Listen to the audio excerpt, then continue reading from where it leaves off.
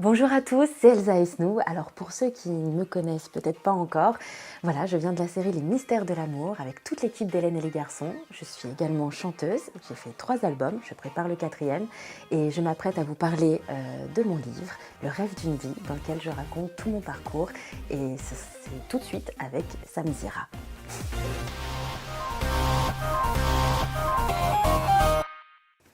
Le rêve d'une vie, c'est le livre de la belle Elsa Esnou que vous pouvez retrouver aux éditions HarperCollins.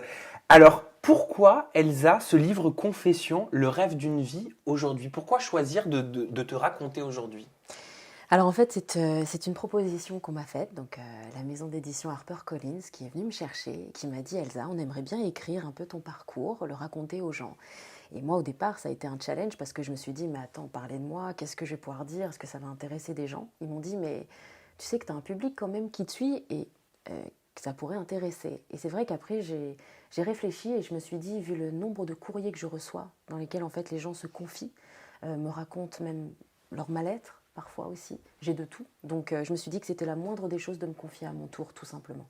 Tu penses que la petite fille que tu étais, avec ses rêves, avant de rencontrer cette notoriété fulgurante et le succès que tu as aujourd'hui, Elsa, qu'est-ce qu'elle dirait à la Elsa d'aujourd'hui, assise dans ce fauteuil? Enfin, tu vois, ça me touche, c'est con. Mais non, c'est pas J'ai con. l'arme facile, moi. Mais non, non, Oh là non, là. c'est jamais con d'être touché, hein.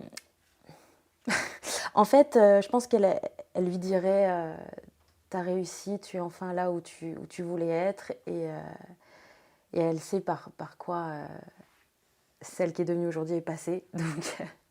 Donc c'était pas gagné, quoi. Donc en fait, c'est vraiment un. Je vis mon rêve, c'est ce mot qui revient tout le temps, mais je suis tellement heureuse qu'elle lui dirait bravo, en gros. Bravo Elsa d'avoir réussi à être là où tu devais être, tout simplement. Et ce pourquoi t'es faite. Même si ça doit s'arrêter demain, attention. Mais il fallait que je le vive dans ma vie. C'est déjà ça. Je ne suis pas en train de dire que ça devait m'arriver toute ma vie. Moi, c'est ce que je souhaite au fond de moi et je continuerai de me battre pour ça. Mais déjà de l'avoir vécu, c'est énorme. Ça, c'est quelque chose qui te fait peur, je crois, que ça s'arrête. Bien sûr. Tu ne me l'as pas dit. Tu ne me l'as pas dit, mais je le ressens. Totalement. Ah, totalement. Alors, c'est souvent ce que je dis, c'est-à-dire que c'est beau d'être passionné, mais à la fois on devient martyr de notre propre vie parce que quand on ne fait pas ce qu'on aime, c'est plus compliqué qu'une personne qui ne sait pas trop là où elle veut aller. À la limite, elle fait tel travail, si ça ne fonctionne pas, oh, bah, c'est pas grave, elle va se reconvertir dans ça. Quand on est vraiment passionné, que ça nous prend aux tripes et que c'est notre raison de vivre, c'est très compliqué de ne pas le faire. Et on peut en souffrir toute notre vie si on ne le fait pas. Donc c'est pour ça que moi, c'est vrai que ça me fait peur. Voilà, ça me fait peur que ça s'arrête. Je me dis déjà que, merci la vie, que je peux déjà savourer chaque instant qui se passe. Et ce sera toujours bénéfique de toute façon pour la suite, mais c'est vrai que ça me fait très peur que ça s'arrête. J'aime tellement ce que je fais.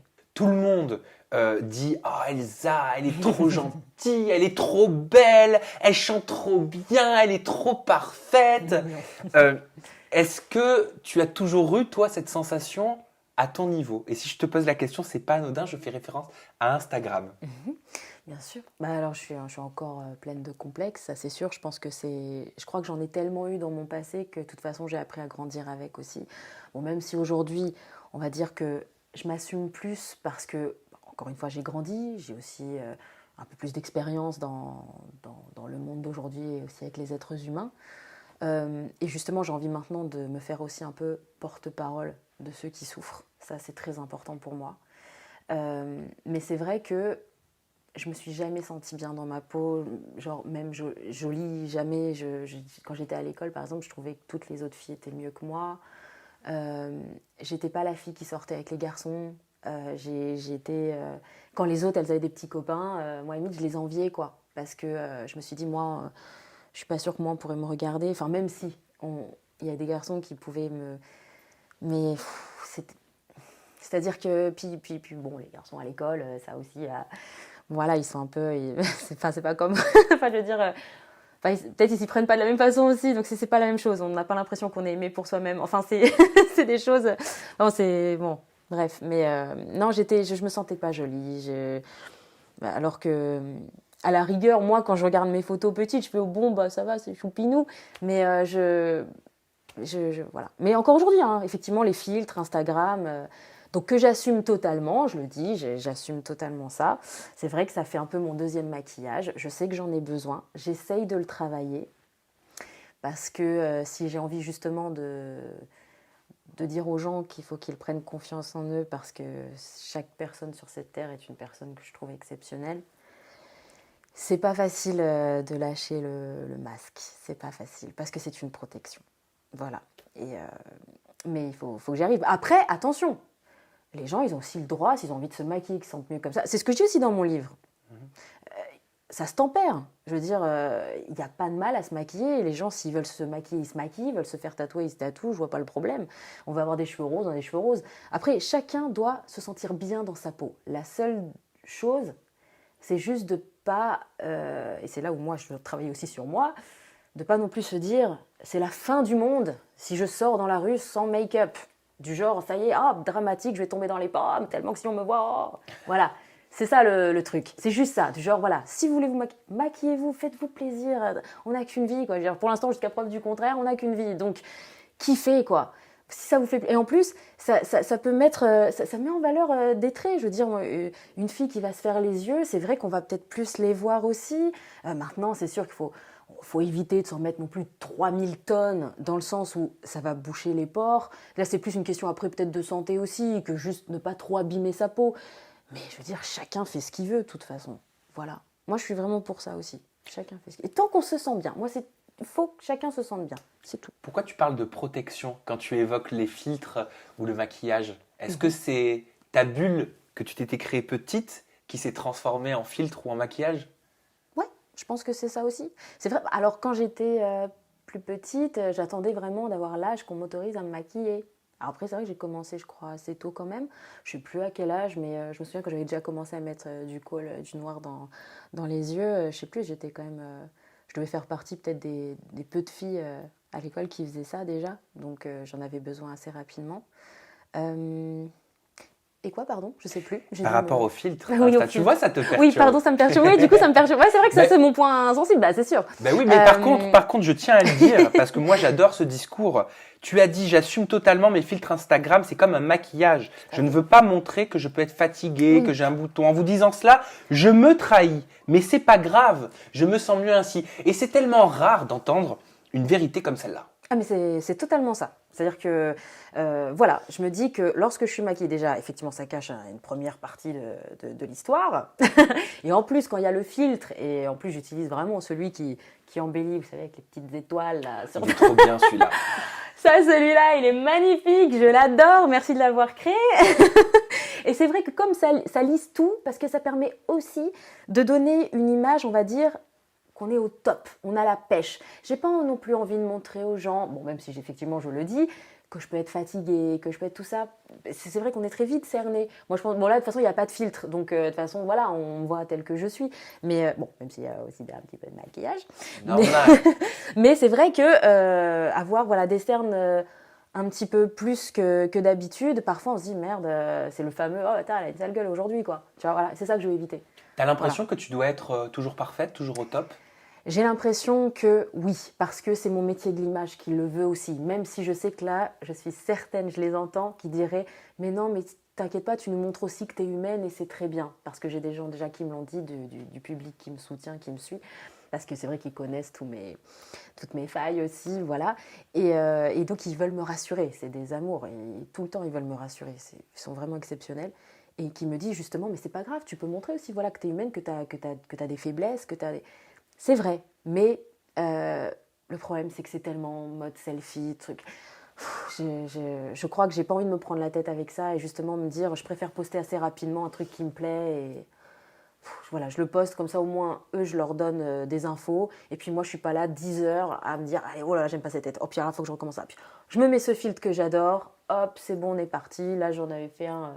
sur la route, on l'a fait en rigolant, j'ai tout de suite mis mon petit fil, j'étais bien, je me suis sentie bien, ça m'a fait sourire naturellement, et puis voilà, c'est tout.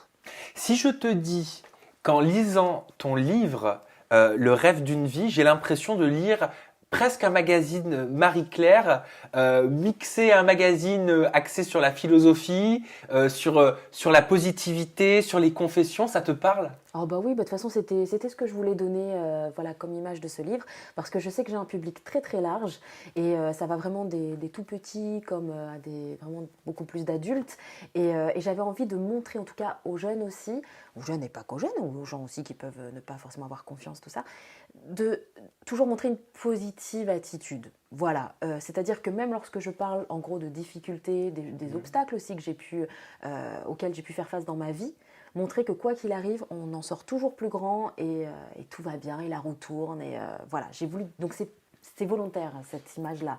Même les mots, j'ai essayé voilà, de le rendre accessible à tout le monde. Mon but n'était pas d'effrayer le monde entier, c'était pas ça que je voulais faire. Donc j'ai essayé de le dire avec mes mots. Voilà, simplement, sobrement et doucement. Moi, ce que j'apprécie, c'est ça, c'est que de la confession, on en a, parce que bien évidemment, c'est un livre confession, mais on a aussi tes recettes de cuisine, des fiches de poste, le bilan de tes défauts, tes qualités, tes plaisirs coupables, tes anecdotes de jeunesse, d'aujourd'hui, tes parfums même préférés.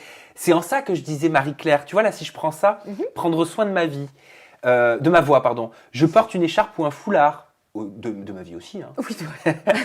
Au moindre courant d'air. Je bois du thé ou des infusions de thym ou du romarin avec du miel. J'essaie de pas trop me juger, car le jugement que l'on porte sur soi coince la voix et l'étrangle dans la gorge. Donc forcément, tu pourrais moins bien chanter.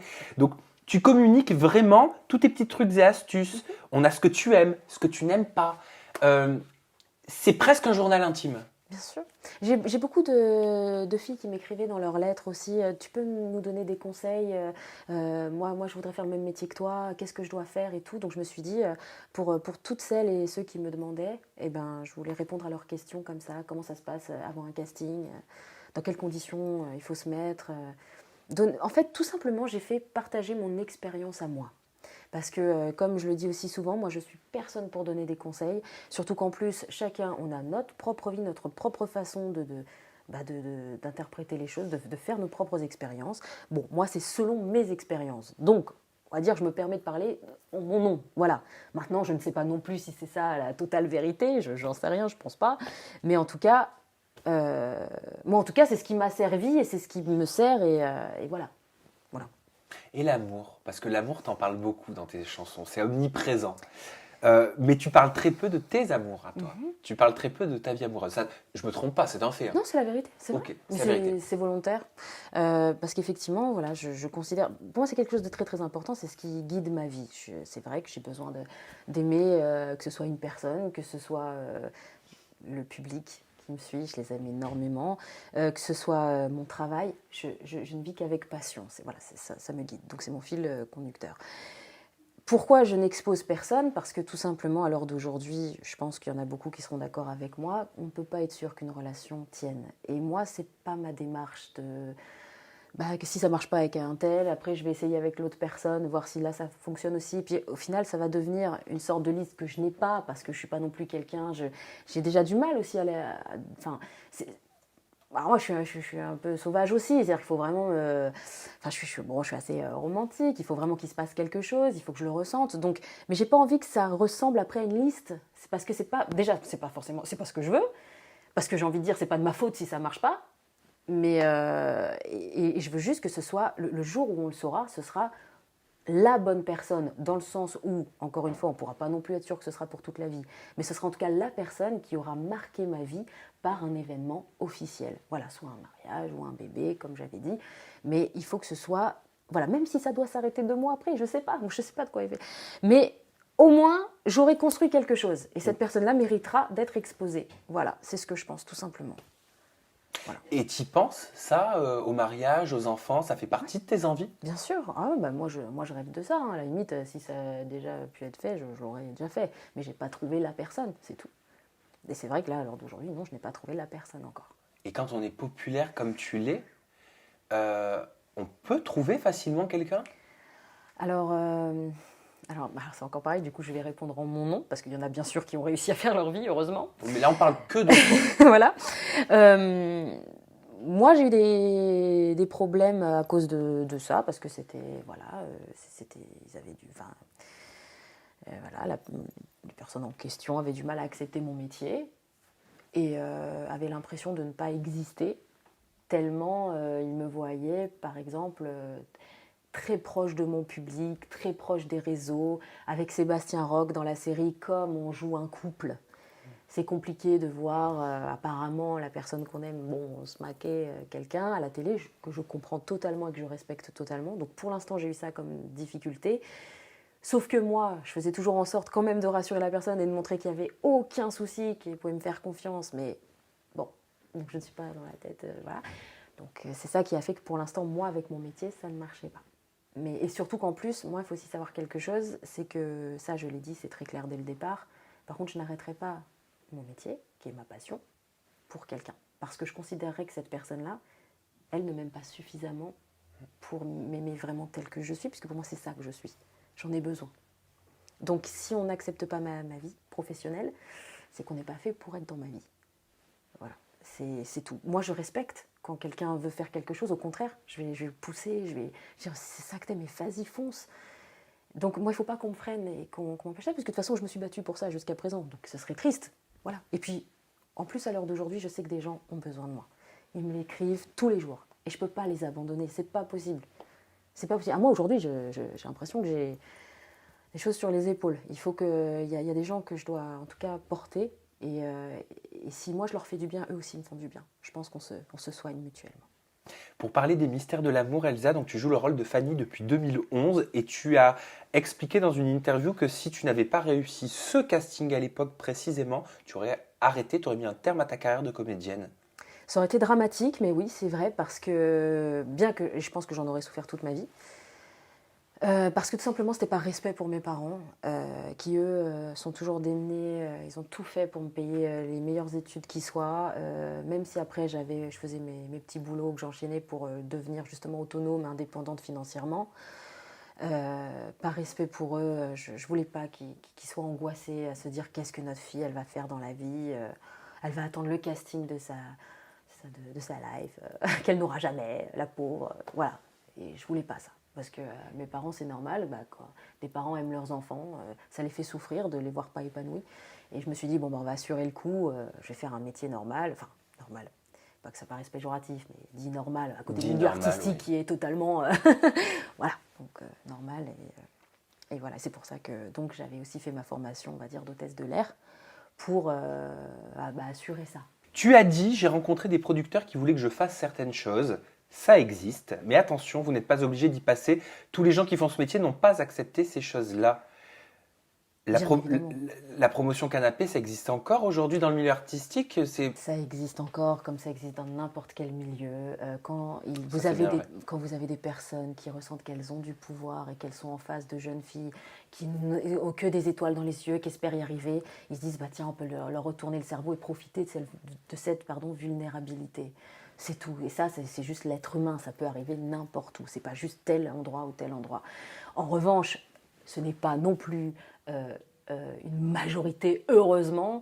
C'est pas parce qu'il y en a 2-3 qui peuvent le faire que tout le monde est comme ça, heureusement que non. Donc tous les gens qu'on voit à la télé ne font pas forcément ça. Bien sûr, mais toi, ça t'est arrivé dans ton parcours, dans tes démarches de casting? Oh, bien sûr, moi c'est vrai que voilà, quand j'étais en phase et qu'on me dit ah oui, ouais, t'es jolie, ouais, t'es mignonne.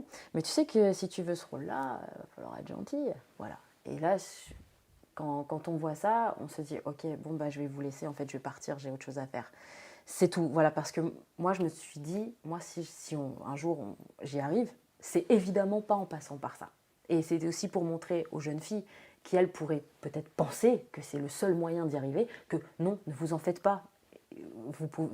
Vous pouvez très bien y arriver sans ça. Et si ça doit vous arriver, ça vous arrivera. Je veux dire, d'y arriver sans ça. D'être prise pour un casting, voilà, de réaliser ses rêves. C'est tout, de réaliser ses rêves. Il suffit que ce soit le bon jour, le bon moment.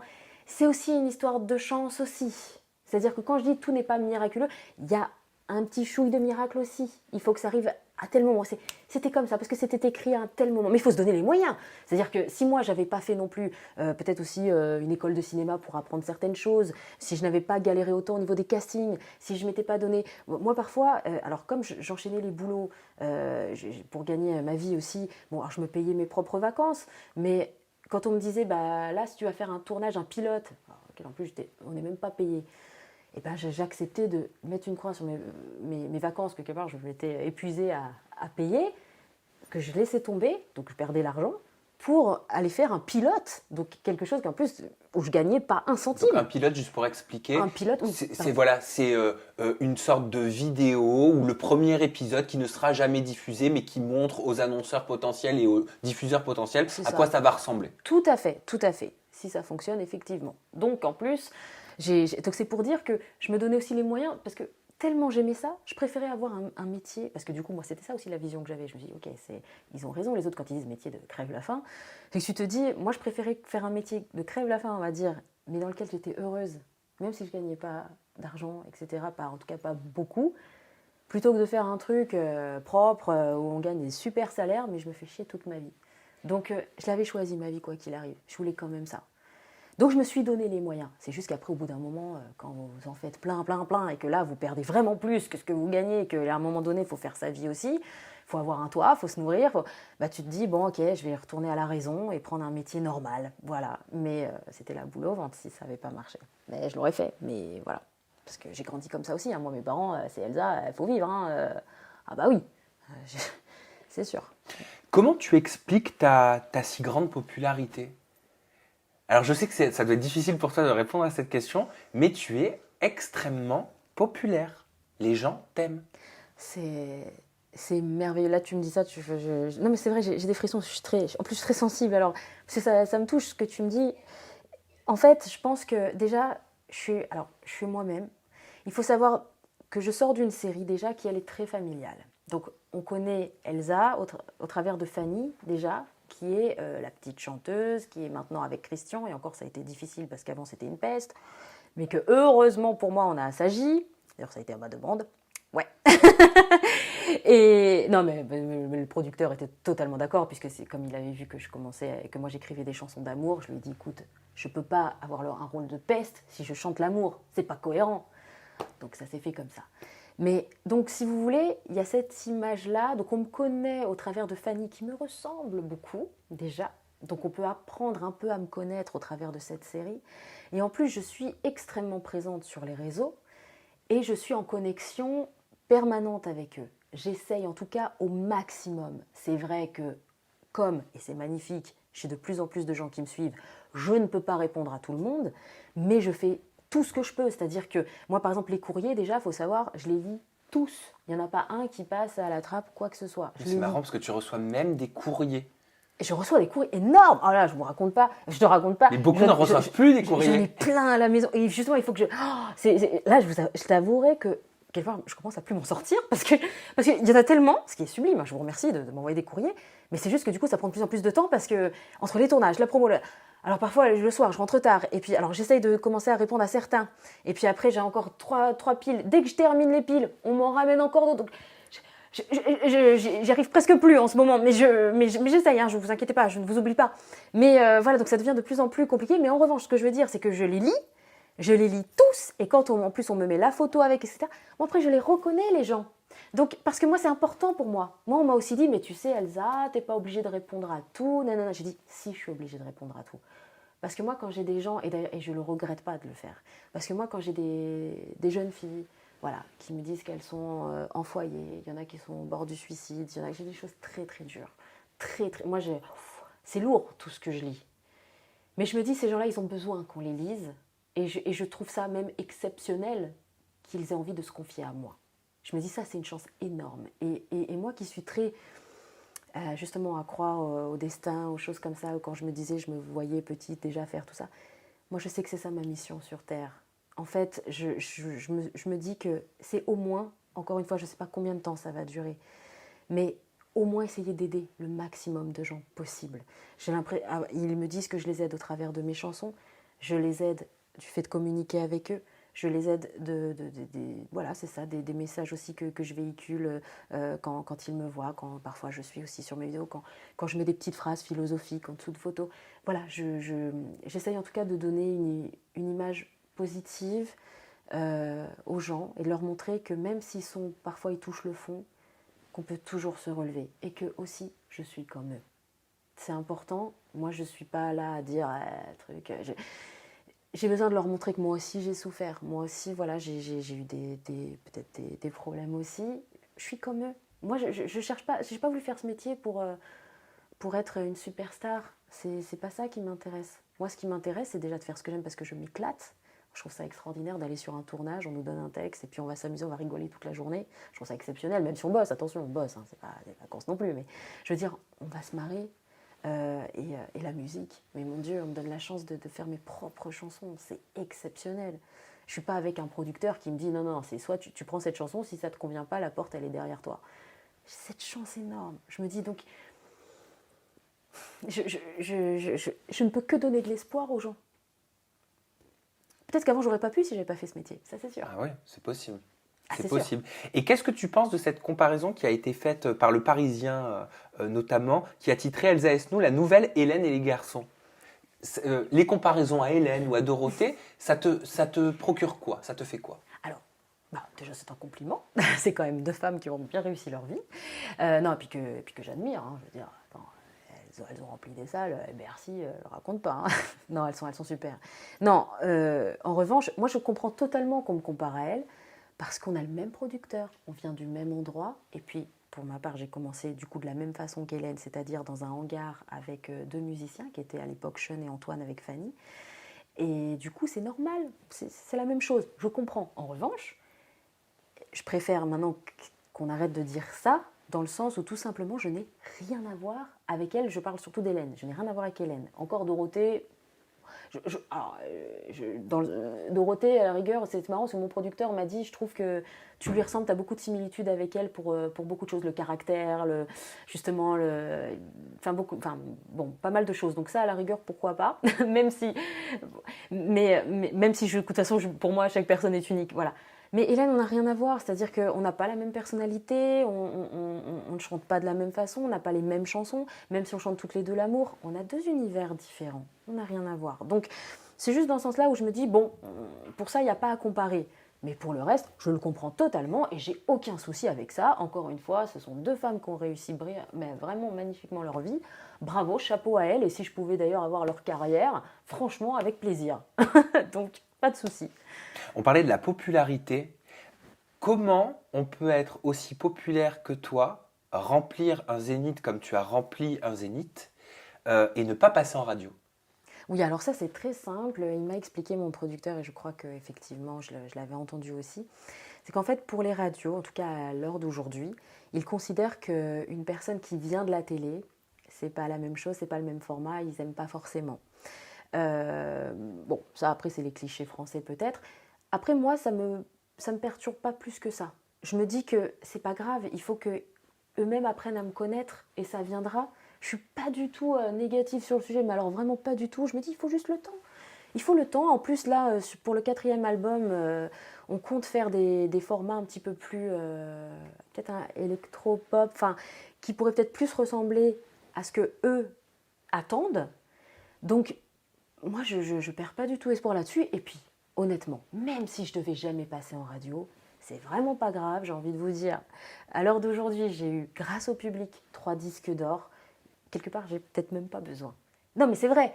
Il y en a qui passent en radio qui n'ont même pas de disque d'or. Et puis, il y a le streaming. Et il y a le streaming. Mais c'est vrai qu'à la limite, à choisir, si vraiment on me disait tu choisis quoi, je préfère moi faire mes disques d'or parce qu'au moins ça me permet d'en faire encore, surtout. Et qui sait, peut-être que si tu passais en radio, tu n'aurais pas eu de disque d'or.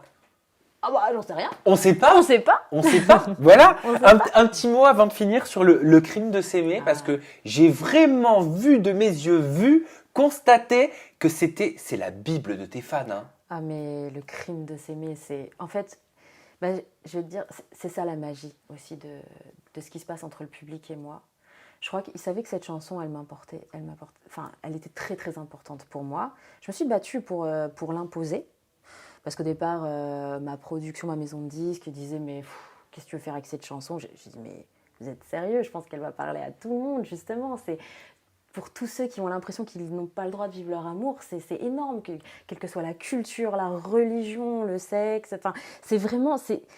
pour moi, c'était l'amour pour tous. Et c'était très important de le crier, en fait, sur tous les toits. Et ils m'ont dit, bon, ok, Elsa, si tu le sens, vas-y. Ben, je l'ai imposé, ça n'a pas duré 2 secondes. Hein. J'ai vraiment dit, non, mais je sens vraiment cette chanson, il faut le faire et tout, faut la faire et tout.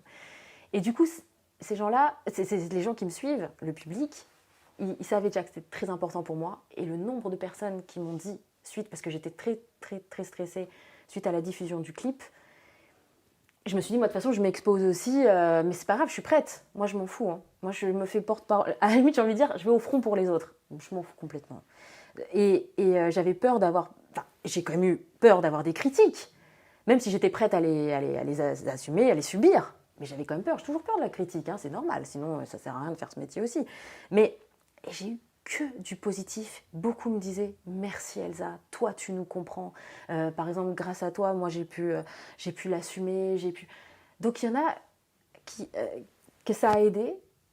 C'est une musique où j'ai vu sur plusieurs villes au concert, parce que là je commence vraiment ma tournée, c'est mes premières dates. Ils m'ont fait pleurer à chaque fois. Et ils me font cette surprise qui est énorme. Quand tu vois tout le public qui brandissent des drapeaux de tous les pays du monde, dont ceux LGBT, je trouve ça exceptionnel. Ils sont main dans la main, tout le monde, tous réunis autour de l'amour. Et moi, c'est ça que je voulais absolument. Et je me suis dit, mission accomplie, ça fonctionne. Et bah, t'as réussi. T'as réussi ton pari, t'as réussi ton objectif. En tout cas, si vous voulez en savoir plus des trucs et astuces d'Elsa Esnou, de connaître, de savoir ce qu'elle aime pas, de connaître même ses recettes de cuisine fétiche, et surtout de rentrer dans son intimité la plus pure, eh bien vous trouverez tout dans son ouvrage qui s'appelle Le rêve d'une vie aux éditions HarperCollins. Elsa, merci infiniment pour tes confidences. Merci pour ta passion, que je suis convaincu que tout le monde l'a ressenti, parce que moi je la ressens et tu m'as même filé des frissons parfois, tu vois. Donc nous, on se retrouve très bientôt avec une nouvelle personnalité. Vous avez la barre de commentaires juste en dessous pour nous dire ce que vous avez pensé. À Elsa et moi-même, on regardera. Le bouton pour vous abonner, il est juste au-dessus, super important, comme ça vous loupez aucune interview. Et on se retrouve bientôt, ça je l'ai déjà dit. Je vous embrasse fort. Bisous Elsa, bye bye. Bisous.